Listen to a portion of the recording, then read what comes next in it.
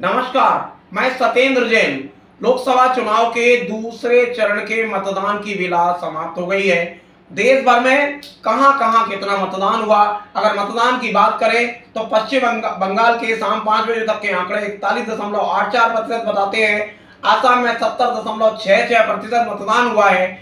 ये फाइनल आंकड़े नहीं है, ये आंकड़े निर्वाचन आयोग ने जारी किए हैं। ये आंकड़े जब फाइनल आंकड़े आएंगे तो निश्चित ही इसमें फर्क पड़ेगा।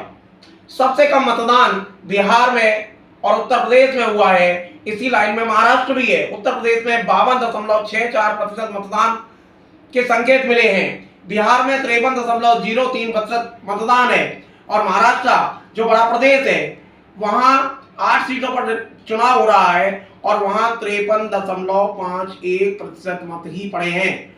इस स्थिति को देखकर लगता है राजस्थान ने जरूर पहले चरण की अपेक्षा दूसरे चरण में इंप्रूव किया है।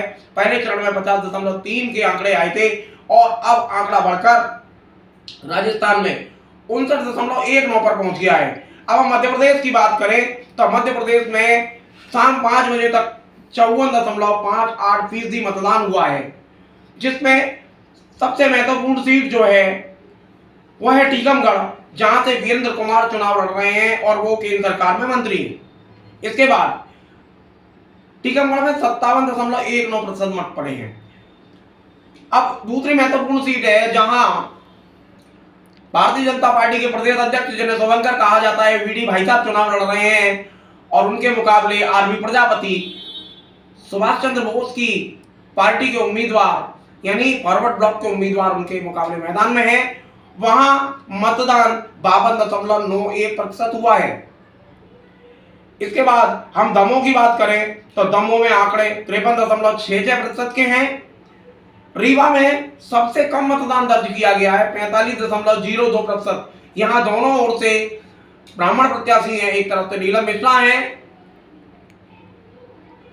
और सतना की बात करें तो सतना में आंकड़े 55.51 जरूर हैं, लेकिन यहां त्रिकोणीय मुकाबला है। बहुजन समाज पार्टी से भाजपा के और कांग्रेस, भाजपा सपा और कांग्रेस में समय समय पर विधायक रहे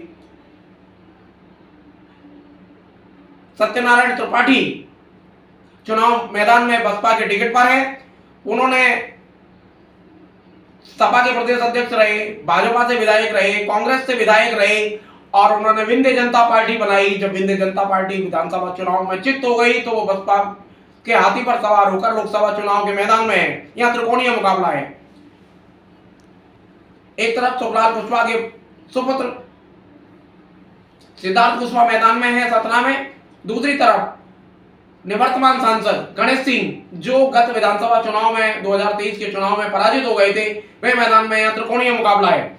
अब अगर हम बात करें होशंगाबाद की तो होशंगाबाद में सबसे ज्यादा मत पड़े हैं। होशंगाबाद में दोनों पार्टियों की तरफ से नए प्रत्याशी हैं। होशंगाबाद में किसान मोर्चे के प्रदेश अध्यक्ष दर्शन सिंह भाजपा के टिकट पर चुनाव मैदान में है और संजय शर्मा जो कांग्रेस के विधायक हैं वो भी पहली बार लोकसभा का चुनाव लड़ रहे हैं। और यहाँ मतदान का प्रतिशत मध्य प्रदेश में सर्वाधिक रहा है 63.44। तीसरे चरण का मतदान 7 मई को होना है और वहां 5 तारीख को चुनाव प्रचार बंद हो जाएगा। आज राजगढ़ में केंद्रीय गृह मंत्री अमित शाह ने सभा ली और उन्होंने दिग्विजय सिंह जी के लिए क्या कहा ये हम वीडियो में सुनवाएंगे।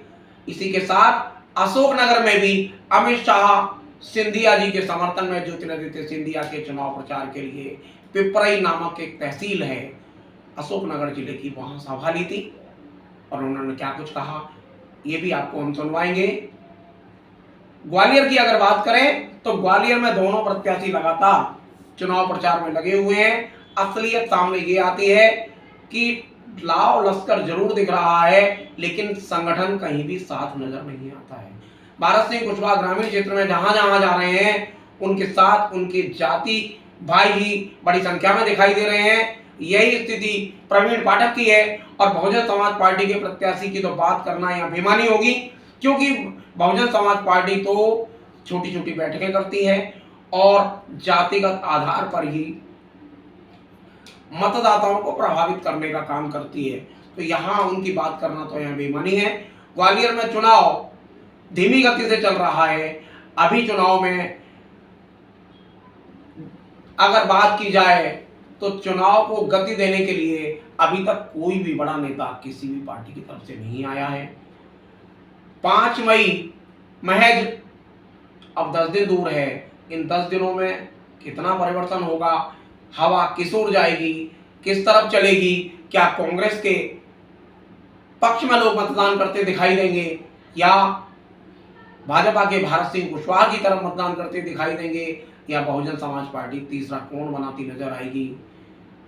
मित्रों, मतदान करना जरूरत है, लेकिन जिस प्रकार से प्रत्याशी है तो ग्वालियराइट का मन में एक खटास है कि एक प्रत्याशी भारत सिंह कुशवाहा 10 साल में ग्वालियर ग्रामीण दिया, क्या किया कि वो पिछले चुनाव में जब भाजपा की आंधी चल रही थी, प्रदेश में 163 सीटें मिली और भारत सिंह कुशवाहा कांग्रेस के प्रत्याशी के सामने खेद रहे।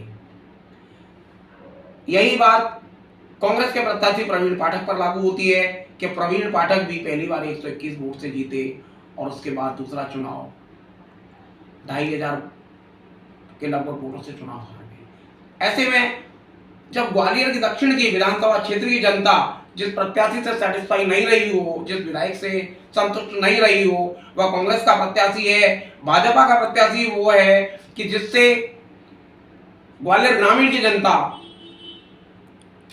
संतुष्ट नहीं रही और चुनाव मैदान में उनको पराजय का सामना करना पड़ा। ये दोनों प्रत्याशी जिस तरह से मैदान में हैं, अपने विधानसभा क्षेत्र में जिनका प्रभाव नहीं रहा, वो लोकसभा क्षेत्र के अंतर्गत 8 विधानसभा क्षेत्र आते हैं और एक विधानसभा क्षेत्र जो प्रत्याशी कवर नहीं कर सके हैं, वो 8 लोकसभा क्षेत्रों को कैसे कवर कर रहे हैं, ये तो मतदान के बाद तय होगा।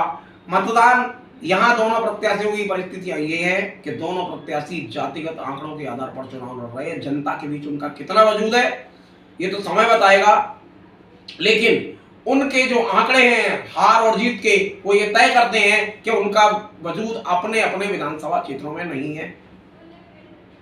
बहुत बहुत धन्यवाद।